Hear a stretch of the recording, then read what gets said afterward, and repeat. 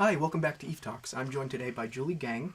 Julie, how are you on today, International Women's Day? Good, fantastic. How are you? Wonderful. I'm doing well. Thanks for asking. All right, let's get into it. So could you talk about your past experience for the previous 2 summers? What have you done? How have you found it? Yeah, so the first summer after college, I went to MIT and I did a research internship at a inorganic chemistry lab. And I found that opportunity mostly by literally emailing 30 profs. Okay. Pretty aggressive, but it worked. But I had previous experience doing chemistry research in high school, so Sure. It wasn't too difficult. And then last summer, I was particularly driven to do something related to the refugee crisis, and I ended up finding this organization in Jordan. They're a children's literacy grassroots organization. They recruit local women to read stories to children. Some of them are refugee children.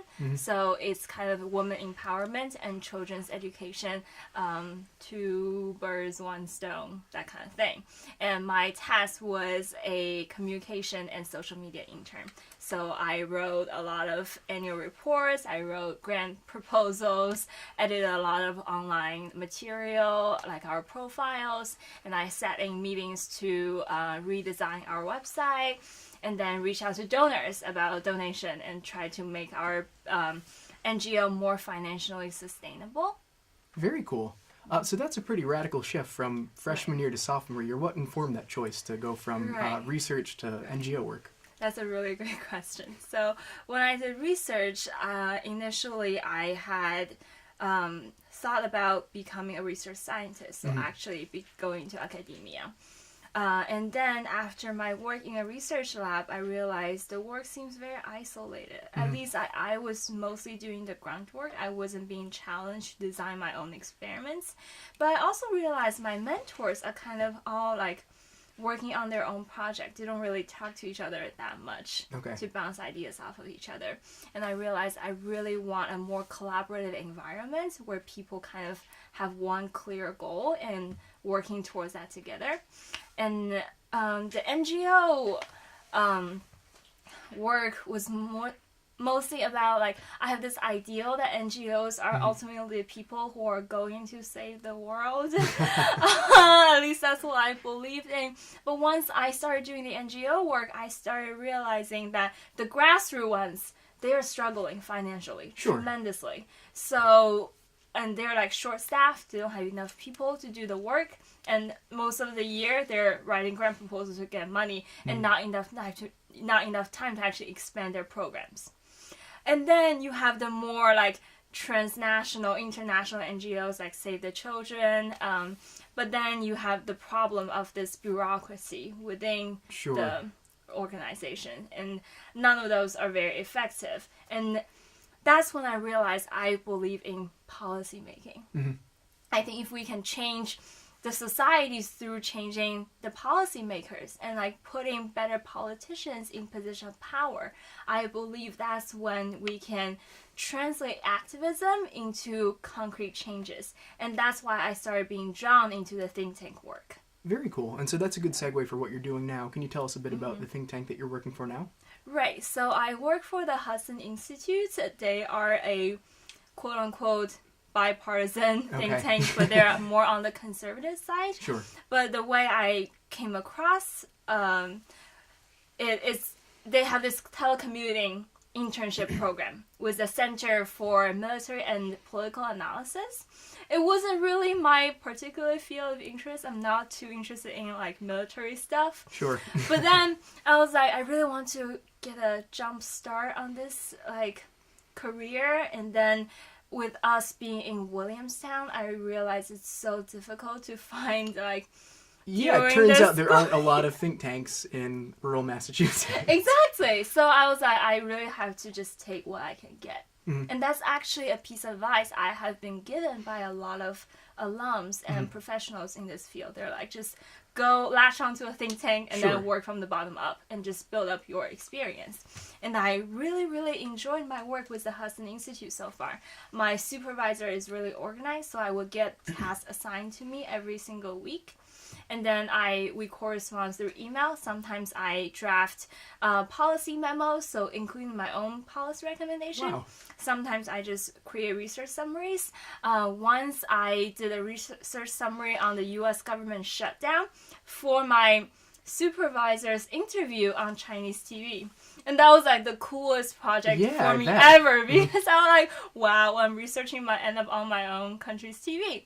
And then I also revised policy papers. I also, this past week, helped put together a policy paper based on past research summaries on U.S.-China relationship in 2017 versus 2018, like moving forward with the trade war and North Korea, stuff like that. So, and they literally give this experience to me when I didn't have much experience at all. So it was a training internship, unpaid, mostly to build up my experience. Sure. Wow, that's really cool. Can you talk about kind of your day-to-day experience with the think tank? I imagine it's pretty variable. It sounds like you work on a Right. bunch of different things, but if there is a typical day at Right, a telecommuting internship, what is it like? Right, so I would say a typical week. I get my assignment every week. I'll get it on Monday. So he will send me like 5 options and I'll pick one. And then throughout this week, I'll collect articles on this topic and then carry out the task. But sometimes there are more spontaneous tasks. Like sometimes my supervisor get called to do like a Skype interview, and then he was like, "Oh, send me 3 articles on this topic." Sure. So I have to do that like in between classes. Okay. And then, but that's mostly the task. But at the same time, I have to keep track of like what I've done for them for like my evaluation kind of thing. Sure. And then my supervisor also sends me job informations. So that has been tremendously helpful as well. For Yeah. potential openings within Hudson or for other openings as well? Other In the think tanks? field of Oh, very cool. international affairs and Okay. political military analysis as well. So it sounds like they're committed to advancing your career as well. Right. That's right. awesome. And when I went to DC for the career track, I actually visited the Hudson Institute, and it was a great working environment, in my opinion. And I encourage people to look into think tanks in DC if they're interested in that kind of career. Yeah, definitely. What other tips would you have for students that are interested in international affairs or Right. NGOs? Right. So my first tip on NGOs is that you need to know what you're signing up for. I think NGO work, there is always a trade-off between the grassroots versus international. And I think if you really want to do some on-the-ground organizing, you have to work at a grassroots organization. That's my one tip. And with international affairs, I really, really recommend going on the career track with the school. So every year they bring 20 students to Washington, D.C. for 5 days. Is that always over winter study? Yes, Okay. it's always over winter study, but I hope that they can make some like webinars or Sure. like more accessible information in the future. And then in terms of just job search in general, the first thing I would say is really, really start a spreadsheet and make job search a habit. It can be a task. You will really weigh yourself down if you think job search is like 40 applications I need to do in 2 weeks. It's not. Like, set a goal for yourself. Am I doing 5 per week or am I doing 2 per week? It can be any number, but do it consistently. Sure. Make it a habit. And then also, how do we face rejections? That's always really hard. People who end up at Williams were probably not very good with rejections. And I would say track your rejections. And like, the first thing you do when you receive a rejection email is actually to write a thank you note. It's very counterintuitive. I know I really hated that when I did my first thank you note to rejection email, but it works. It shows your commitment to this position. Sure. And also you can also ask, oh, what do you think are ways that I can improve my qualifications and my credentials in the future if I want to attempt at this position again. Wow, that seems like a great idea. Have you actually gotten feedback from thank you notes? Yeah. So they actually have directed me to other organizations that I can look into, or like some more entry level like positions I can think of. I can approach, and one woman actually directed me to work for congressional. So kind of senators and like House of Representatives, Sure. that kind of work. And I have applied to several offices this coming summer as well. That's awesome. Yeah, based on that experience. What does your job search process look like? Could you recommend some professors or alumni to whom students could reach out? Yeah, for sure. So if you're really interested in the think tank world, I really recommend Mr. Noah Bonzi. He works for the International Crisis Group, which is they offer annual and monthly report on the crisis that has been escalating, that has been changing. So really cool and important research. In terms of working for like the State Department and like Department of Justice, I know Ms. Hannah Hindle, who graduated in 2015, I think. She has been very helpful for me, recommending some graduate programs and as well as other think tanks I can apply to. In terms of professors, if you're interested in international relations, definitely talk to the Stanley Kaplan Council, which is the on-campus council for foreign affairs careers and studies. And they can they host lectures, and then they have the Williams Summer Foreign Policy Institute, actually, for 3 or 4 weeks. And then Professor McAllister is the prof responsible for that. But generally, Professor Cheryl Shanks, I found her extremely helpful in international relations.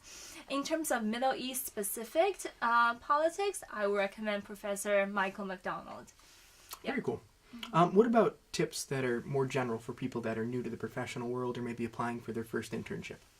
Right, so that's so important. What I realized in my search is that some people just have much of a leg up because of family connections. Sure. And also their personality. I think I have an advantage because I am a good self-advocate. I like to go out there and give feedback, and I want to like get people's constructive criticism. So I really recommend people start by looking for 1 or 2 advisors. It could be their professor, they could be the career advisors. So sample a few of them and find someone you're comfortable working with and you actually trust to show your cover letter to. And your first cover letter you ever written is going to suck.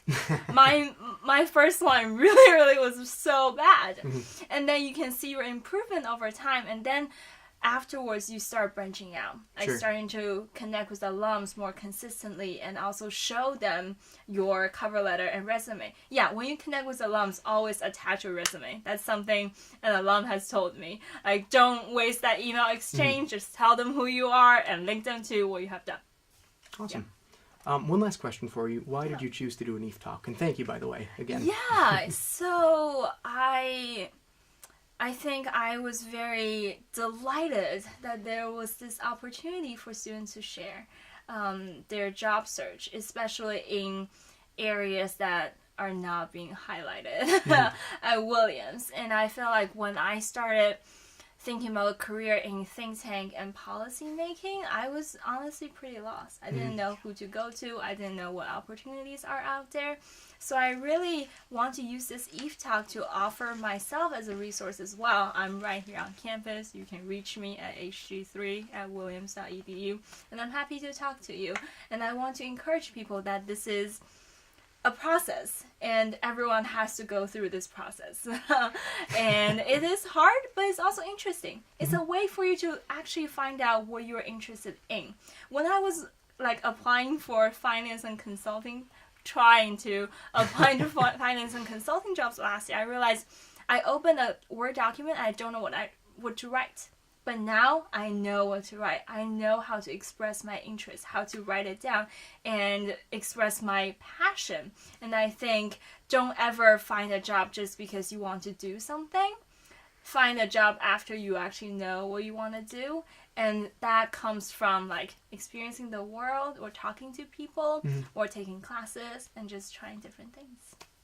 Excellent. Well, thank you very much for joining us, and thank you for watching EVE Talks. We'll see you next time.